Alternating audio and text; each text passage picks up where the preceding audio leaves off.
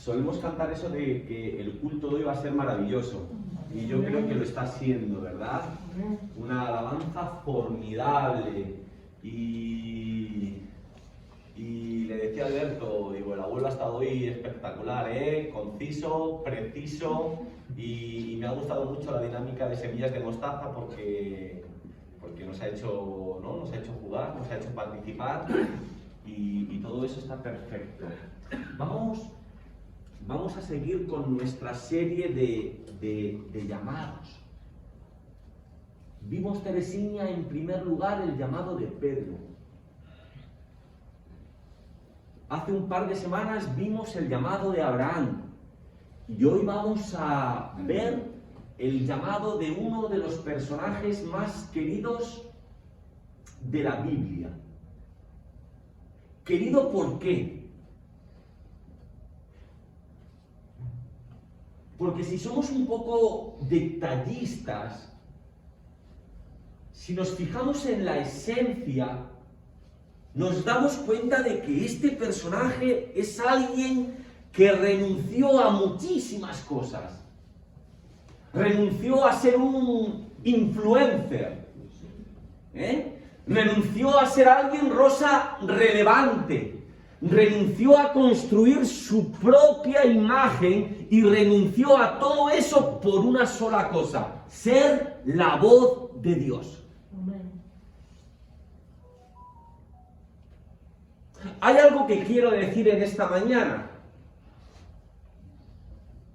Juan el Bautista, Mónica, no era de la denominación de los bautistas, como algunos pueden pensar.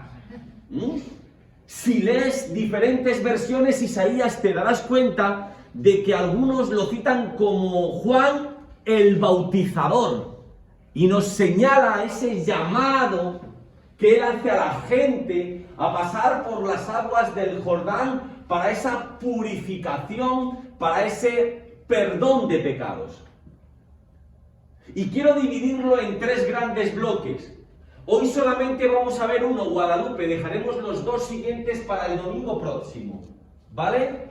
Primer bloque, vamos a ver cuando Dios, a través de un ángel, le dice a Zacarías quién va a ser su hijo, porque no va a ser una persona cualquiera. Y vamos a aplicarlo a nosotros, que somos padres y madres.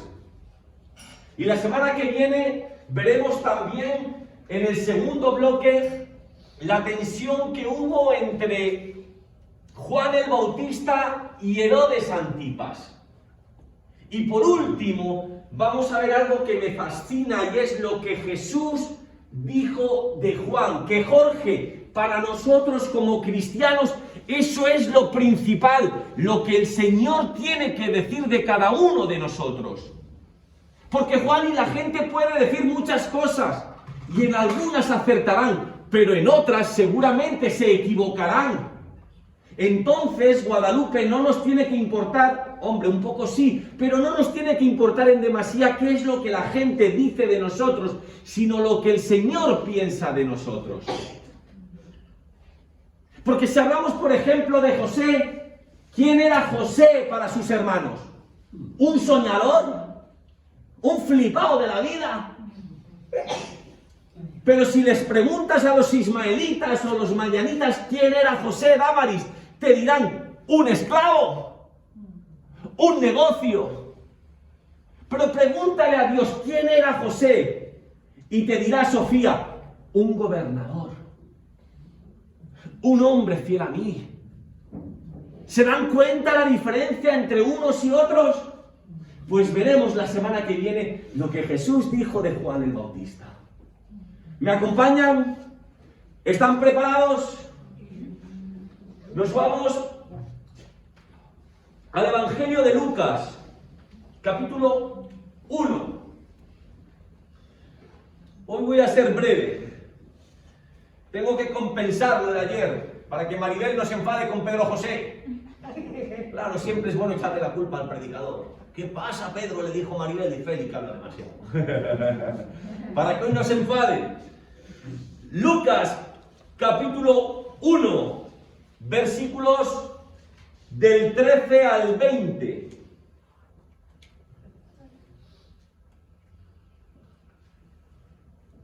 ¿Lo tienen?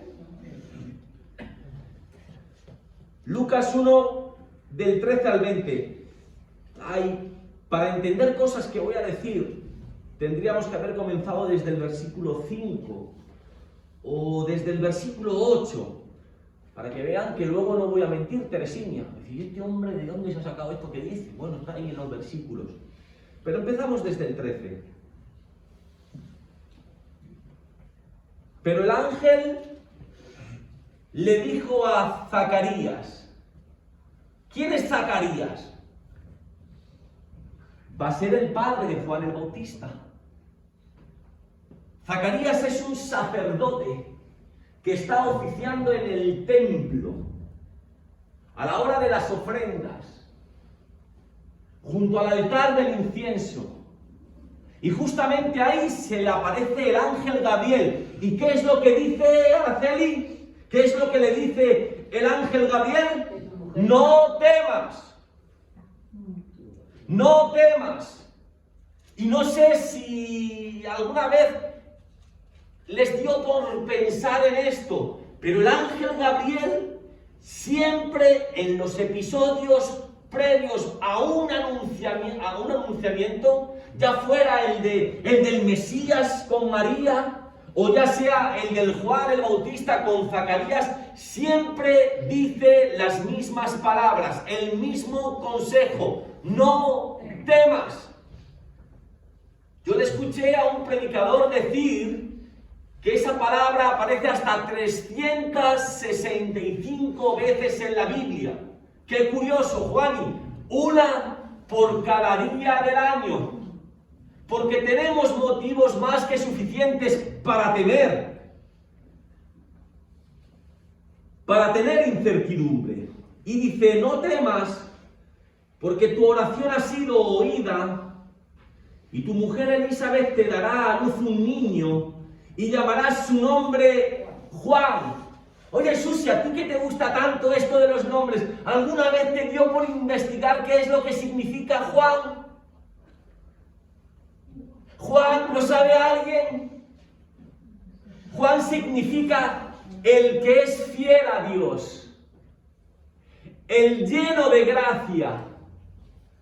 Pues dice, llamarás su nombre Juan, y tendrás gozo y alegría, y muchos se regocijarán de su nacimiento. Y quédate con esto, papá, porque será grande delante de Dios. No beberá ni vino, ni sidra, y será lleno del Espíritu Santo aun desde el vientre de su madre. ¿Le suena algo esto, Mónica? En aquel tiempo había un voto que se llamaba el voto del Nazareo.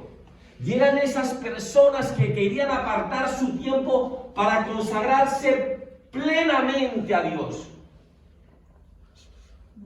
Y no se cortaban el cabello, no bebían ningún tipo de bebida fermentada, no se acercaban a ningún cadáver.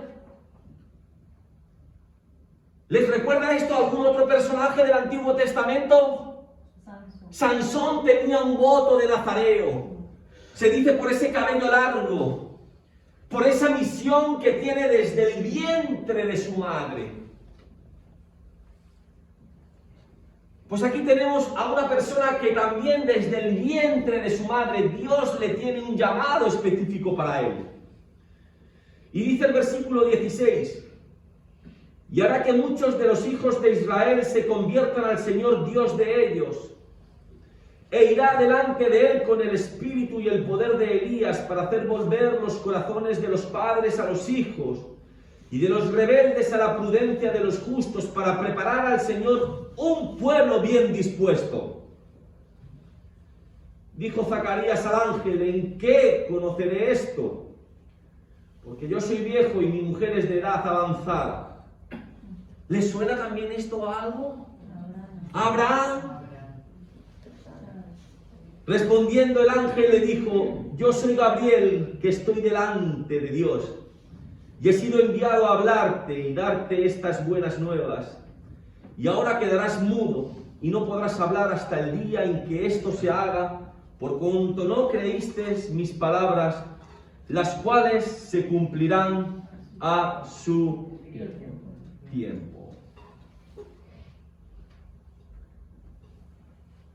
Vamos a hablar, Guadalupe, del padre de Juan, Zacarías. Y no sé si usted prestó atención con detenimiento al texto que hemos leído.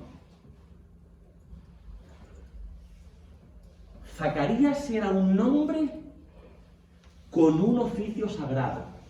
¿Qué es lo que era? Sacerdote.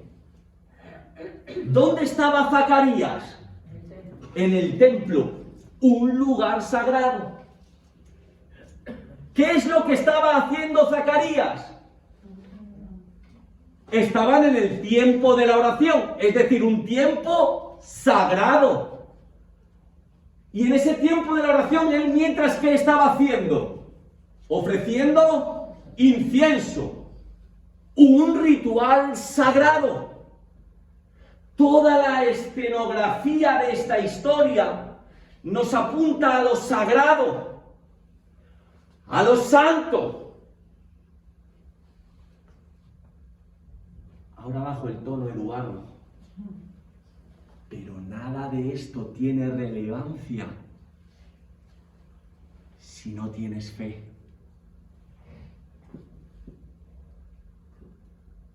De nada le sirve ser sacerdote, estar en un tiempo sagrado, en un lugar sagrado, ofreciendo un ritual sagrado, porque no tiene fe Sofía y no le cree a Dios, porque es el ángel el que le habla a través de Dios. Cuidado, porque podemos estar en la iglesia, en un día que consideramos sagrado, en un lugar, Araceli, que consideramos sagrado, haciendo cosas que son sagradas, pero si no tenemos fe, Sonia, no nos va a servir de nada.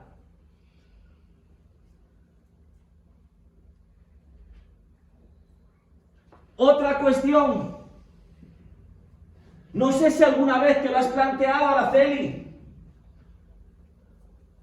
pero Jesús, tengo que decirlo, Damaris, me has comprometido, pues tengo que buscarme algo. ¿De qué vivía Jesús?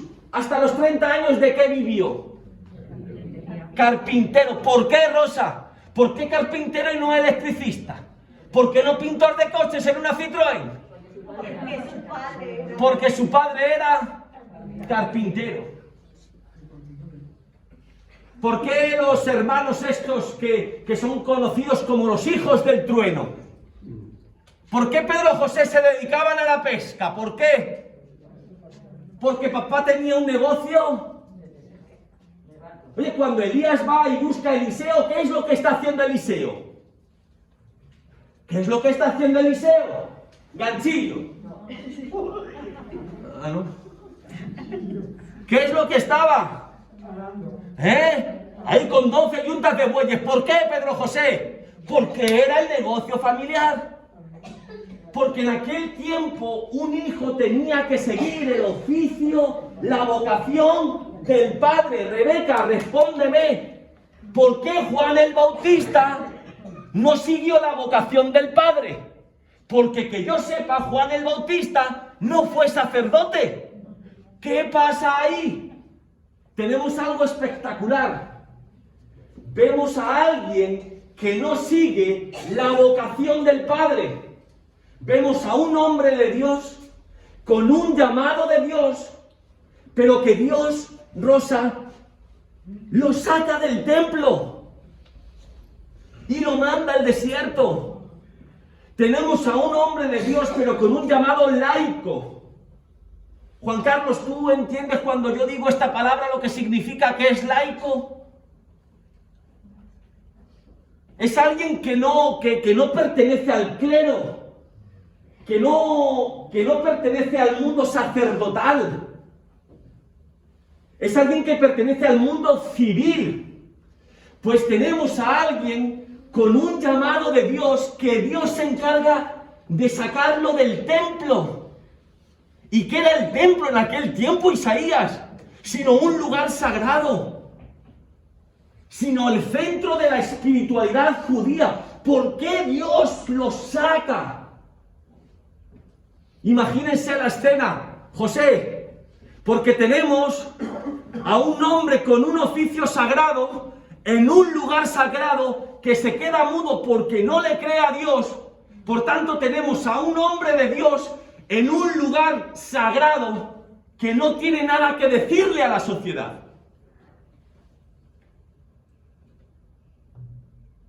Yo sé que algunos de ustedes desearían que alguna vez su pastor estuviera mudo. Que esta hora sea corta, Señor. Que llegue la una y se vaya. Yo no sé, Damaris, si alguna vez pensaste en estos detalles.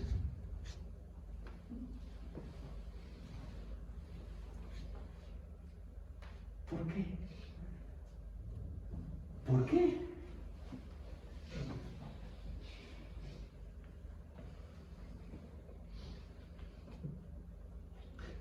Es que no sé, Guadalupe, si la gente sabe dónde quiero llegar. No, papá. Cada domingo estamos en un lugar sagrado, haciendo cosas sagradas. Pero Dios va mucho más allá. Porque ¿sabes una cosa? Que podemos estar hoy en un lugar sagrado, con una doctrina correcta acerca de Jesús, pero no tener nada que decirle a la sociedad porque nos falta fe, como le faltó a Zacarías. Podemos estar en el lugar correcto sin tener nada que decir. Y yo me pregunto, como Iglesia Guadalupe, ¿qué es lo que estamos diciendo? ¿Qué es lo que estamos transmitiendo? Hay un texto que es relevante. Pablo le dice a los romanos, Romanos capítulo 3, versículo 21 y 22, y presten atención, porque te va a volar la cabeza. Romanos capítulo 3, versículo 21 y 22. ¿Estás atenta, mamá? Te voy a cambiar la vida, pero no sé si para bien. Romanos capítulo 3, versículo 21 y 22. ¿Sí? Dice, pero ahora, tal como se prometió tiempo atrás en los escritos de Moisés y de los profetas, Dios, Araceli, te lo pone fácil, Dios nos ha mostrado cómo podemos ser justos ante Él sin cumplir con las exigencias de la ley. ¿Quién no quiere ser justo delante de Dios? Rosa, ¿usted quiere ser justa delante de Dios? Te lo va a decir Pablo. Sencillito. ¿Cómo, Feli? Dios nos hace justos a sus ojos cuando ponemos nuestra fe en Jesucristo. Y eso es verdad para todo el que crea, sea quien fuere. ¿A qué parece fácil? Solamente tenemos que poner nuestra fe en Jesucristo. Pero hay un problema cuando estudias, Fernando. Y es que los expertos te dicen que la traducción no es del todo muy correcta. Y la cosa se va a complicar, porque los expertos dicen que no se trata de poner nuestra fe en Cristo, sino tener la fe de Cristo. ¡Ah, amigo! Porque creer en Jesús... Hombre, si estás aquí es que crees en Jesús. Porque si no estarías jugando al ping-pong, o tomándote una Coca-Cola, o viviendo en la casa del campo, ¿o no? Si estás aquí es porque crees en Jesús. Pero Pablo no te está hablando de que eres justificada, Rosa, por creer en Jesús, sino por tener la fe de Jesús.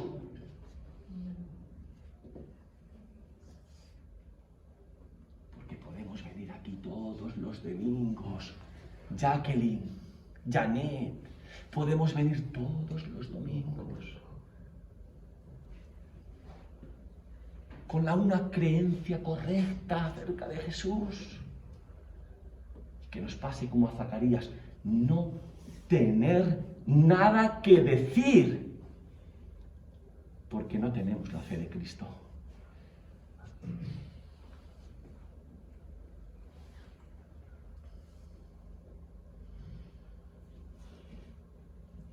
Pero todavía nadie me ha respondido. ¿Por qué Dios? ¿Por qué Dios lo saca del templo? ¿Por qué? Porque tendrá que estar para que su hijo pueda estar conectado, no es una mesa conectado, sino pueda estar el Jesús tenía que venir a salvarnos. Entonces, él tendría que decir quién era esa persona. ¿Tú crees, Araceli, que Jesús alguna vez se mostró como un egocéntrico? No. ¿Y preparar a una persona simple y llanamente para que se le bautice? No. Puede haberle bautizado cualquiera. No. Pero ¿Por qué? ¿Por qué sacarlo del lugar sagrado? Olvídate de Jesús ahora. Él estuvo clamando en el... Olvídense de Jesús. ¿Por qué? ¿Por qué sacarlo de un lugar sagrado? ¿Por qué? Por lo que el templo se había convertido. ¿Ustedes saben una cosa? ¿Saben una cosa? En aquel tiempo, el templo se había convertido en un lugar de religiosos que administraban el templo, pero que le debían muchos favores al Imperio Romano. ¿Saben una cosa? ¿Quién eligió a Aarón como sumo sacerdote? ¿Quién lo eligió? ¿Quién lo eligió? ¿Quién eligió a Aarón como sumo sacerdote? ¡Es fácil! ¿Quién? ¿Dios? ¿O se lo inventó Moisés? Como era mi hermano. ¿No? ¿Fue cosa de Dios, sí o no, Mónica? Cosa de Dios. Pero en aquel tiempo, en los tiempos de Jesús, ¿saben ustedes quién elegía al sumo sacerdote? El procurador romano. No te lo va a decir la Biblia, pero te lo dicen los libros de historia. Qué curioso, que el poder pagano elige a la persona, al guía espiritual de toda una nación. Por eso ahora van a entender mejor esta historia que les voy a contar. ¿Recuerdan quién era Caifás? El sumo sacerdote que estaba cuando el Señor es juzgado, condenado y crucificado. Caifás. Algunos dicen que ese nombre proviene de su familia Isaías, Cayafás. Pero los expertos dicen que no, que seguramente Caifás era un sobrenombre que el pueblo le había puesto al sumo sacerdote. ¿Y sabes por qué, Rosa? Porque Caifás viene de la palabra hebrea kof. Y kof, ¿sabes lo que significa? Mono. Por tanto, para el judío, Caifás no era el sumo sacerdote, no era el guía espiritual de la nación, era el mono del procurador romano. Por tanto, Dios tiene que sacarle del templo, porque en ese lugar no hay nada que decir acerca de Dios, porque solamente se mueven por intereses políticos y económicos. Ahí no hay nada que decir de Dios. Tenemos a un lugar sagrado que tuvo o perdió la facultad de hablar de Dios. Y digo yo, ¿tenemos hoy en día la valentía y de facultad de poder decirle a la gente lo que Dios quiere que digamos? ¿O hemos perdido eso? ¿Tendrá que sacarnos Dios de nuestros lugares de confort? Y quiero terminar en esta mañana con esto último. Hay algo que me llama la atención, y es que Juan el Bautista se aparta de la vocación del Padre. Y yo veo que el padre lo asume.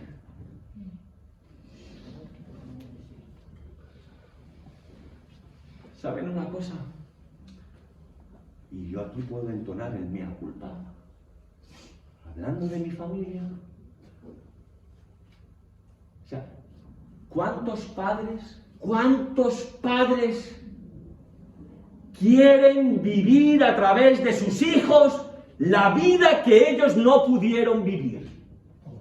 ¿Cuántos padres hoy en día se proyectan en sus hijos? ¿Cuántos padres eligen el futuro de sus hijos sin tener en cuenta la forma especial en que es cada uno de ellos? ¿Cuántos padres estamos dispuestos a que nuestros hijos elijan su propio camino y no a imponerles nosotros lo que pensamos que es mejor para ellos?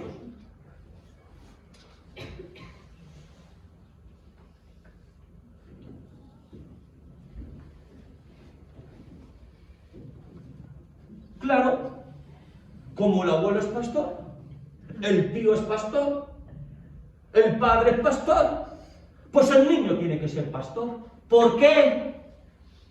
¿Por qué? El último texto que yo quiero leerles en esta mañana. ¿Dónde está? Guadalupe. Proverbios 22:6. Proverbios 22:6. Presten atención. Por si yo cambio una sola palabra.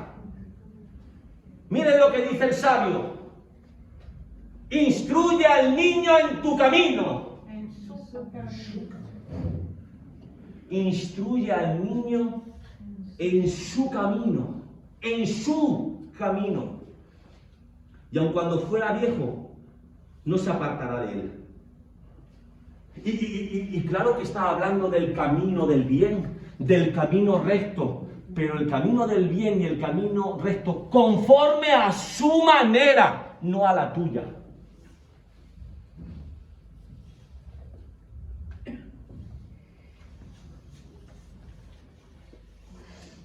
Y si tú lo instruyes en el camino del bien y en el camino recto, pero pensando en su manera, la Biblia dice que no se apartará de él. Termino con esto. Y aquí es donde yo entono el mea culpa. Nosotros desde pequeñitos nos dimos cuenta de que Alberto era especial.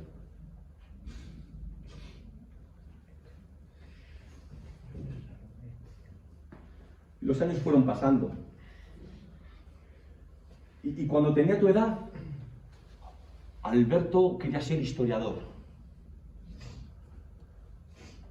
Y yo le decía a la madre, bueno, todavía es joven, no es tiempo de meter mano. Y antes de irse a hacer el bachillerato, ¡ay, ya sí tuvo una revelación de Dios! El niño quiso estudiar física y matemática, que es para lo que más nota te piden en España. Necesitas un 13,50 y yo digo, sí, mi hijo nació para físico y matemáticos, sí. Aleluya, que Dios te dio una clarividencia. Y el niño empezó a ir al bachillerato. No sé qué leche se interfirió ahí un profesor que no sé qué hacía ahí y le metió la filosofía en la cabeza. Y dice, papá, quiero estudiar filosofía. Se me vino Juan al mundo abajo. Filósofo, no me fastidies. Me encanta la filosofía, pero la lista del paro está llena de filósofos. ¿Cómo soña una cabeza como la de mi niño? No grande, llena de recursos. ¿Cómo una que va a estudiar filosofía que te piden un 5? Pasamos de un 13,50 a un 5. Puedo decir una palabra que no... Yo decía, su desgraciado me vas a arruinar la vida. Todas mis esperanzas en ti para que me estudies filosofía. Y ahí surgió lo del extranjero, Rosa. Dice, papá, en España es la verdad es que pegarte un tiro en el pie. Pero si me voy a Inglaterra, puedo cursar filosofía con otras cosas. Y dice, oye, allí en Inglaterra puedo hacer filosofía y matemáticas. Y eso ya me sonaba distinto. Porque yo me informé y decían que las matemáticas no tenía paro. Guadalupe, y digo, vale. Pero Dios Dios tuvo que trabajar en mí, porque yo quería que el niño siguiera mi camino, lo que yo pensaba que era lo mejor para él. Y yo creo que en esos 3 años Dios trabajó conmigo. ¿Saben la historia? El chico sacó la nota más alta, o de las más altas de su carrera. Le dieron un premio, incluso económico. Muy ratas, hay que reconocerlo. Pero le dieron un premio. ¿Vale? Sí. Y ahora llega el momento de hacer el máster. ¡Ja! Y le llegan ofertas de universidades como Oxford y como Cambridge. A Oxford le dijo mi hijo 2 veces no. 2 veces, no lo han olvidado. 2 veces. Pero ahí Dios ya había trabajado conmigo. Y si yo, bien es cierto Isaías, que pedía que se decantara por las matemáticas, le dije, aun con la boca chica, Janet, te has ganado el derecho de elegir tu destino. Sea que estudies filosofía o que estudies matemáticas, tu madre y tu padre te vamos a apoyar, porque es tu camino. Amén. Tus padres eligieron el suyo. Este es tu camino. ¿La historia acabó feliz? Bueno, no del todo, porque dentro de las matemáticas se ha ido a lo que menos me gusta. ¿Cómo, Teresina? Sí, porque si se va por las matemáticas aplicadas puede ser un agente de bolsa y comprarme un BMW. Pero se va por la lógica porque el niño quiere ser maestro, quiere ser catedrático de universidad. Y yo me tiro de los pelos, Sonia, y por eso no me queda ninguno, porque digo, no termina la cosa de cerrar el círculo, no termina.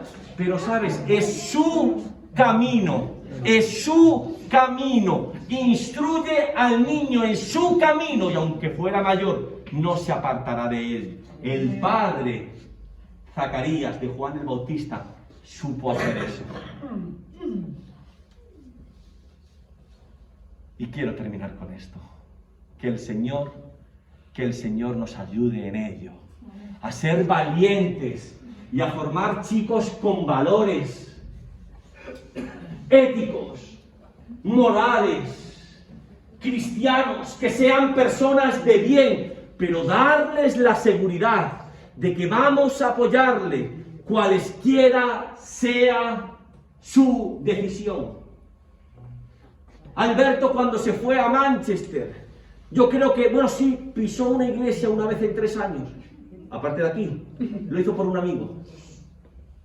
Pero yo creo que Dios se encarga de ponerte a gente interesante en tu vida. Y tuvo un chico que en su peor momento, en su momento más bajo, le tiraba y le animaba. Tal. Ahora está en Cambridge. Acá no le ha dicho nada. Él se buscó su iglesia, se buscó su fundación cristiana de ciencia y fe, donde él cursa estudios de teología, aparte de lo que le va a dar la vida. Pero tuvo la facultad de elegir su propio camino. Vamos a confiar en Dios y en el camino que Él tiene establecido para cada uno de sus hijos. Porque tal vez lo peor que podamos hacer es obligarles a hacer lo que nosotros pensamos mejor para ellos. Y con Noelia Pilar me pasa igual.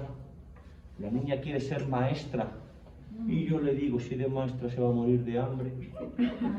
Y yo le digo, tienes que ser guardia civil o policía, pero ya no le digo nada, porque aprendí con mi hijo de que es su camino. ¿Lo dejamos aquí? Seguimos con el bloque segundo y el bloque tercero la semana que viene. Que Dios nos bendiga.